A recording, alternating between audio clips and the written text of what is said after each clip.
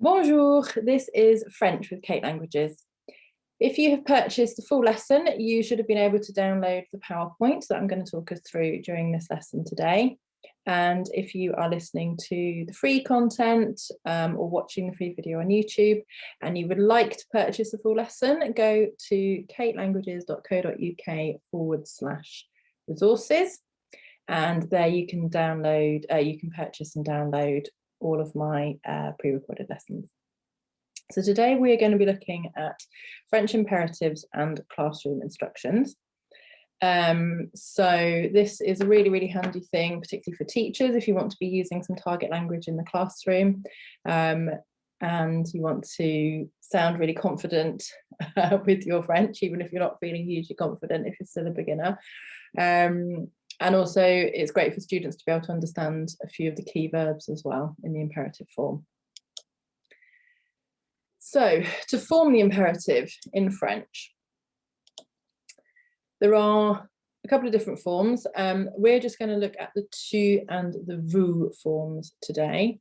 There is an imperative that you can use with the nous form to say let's do something.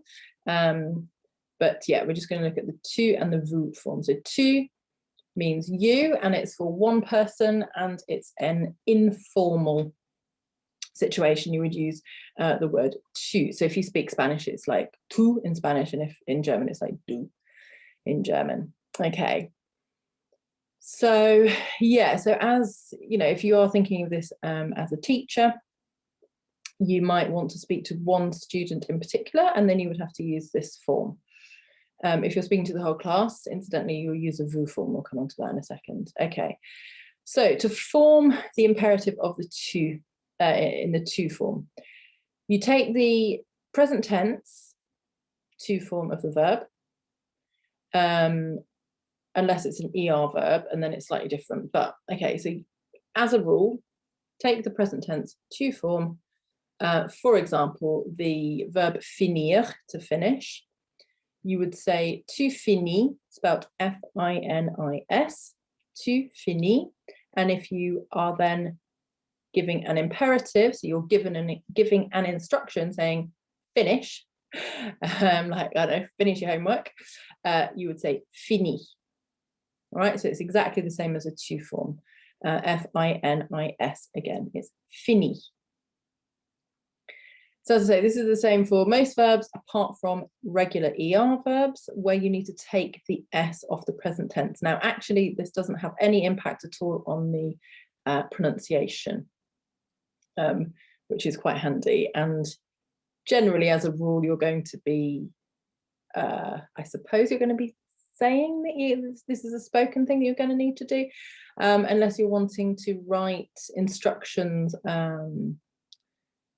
on the, you know, on a worksheet or something like that. Having said that, in the GCSE, currently, any instructions that are written in French are written in the vous form.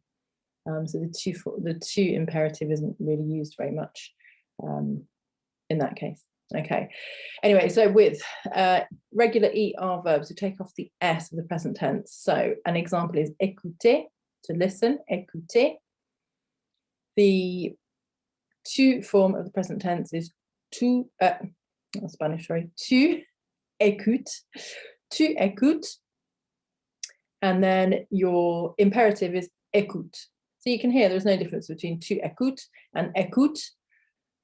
It's just that with the tu écoutes is a normal present tense, you have an S on the end, and with an imperative you don't have the S on the end, but pronunciation wise they're the same.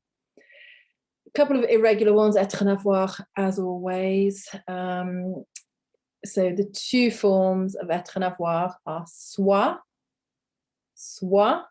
S-O-I-S, soit, which is être, which is be.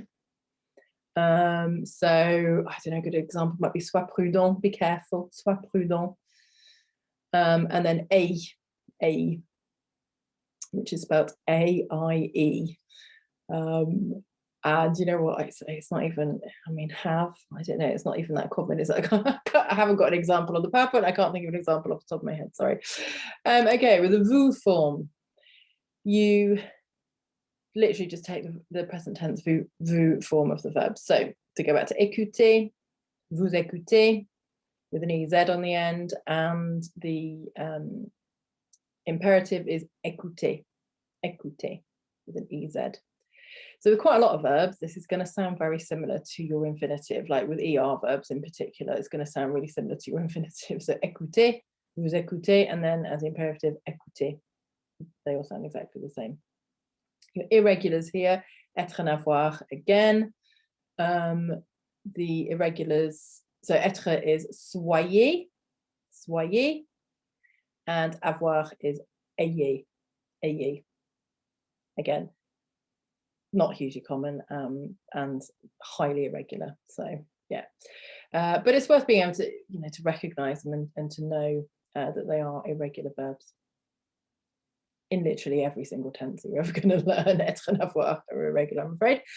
Okay, so that's your tu and your vous form. With reflexive verbs, so again, this is a really useful one in the classroom. To sit down is s'asseoir. So to say to one person to sit down, you would say assieds-toi.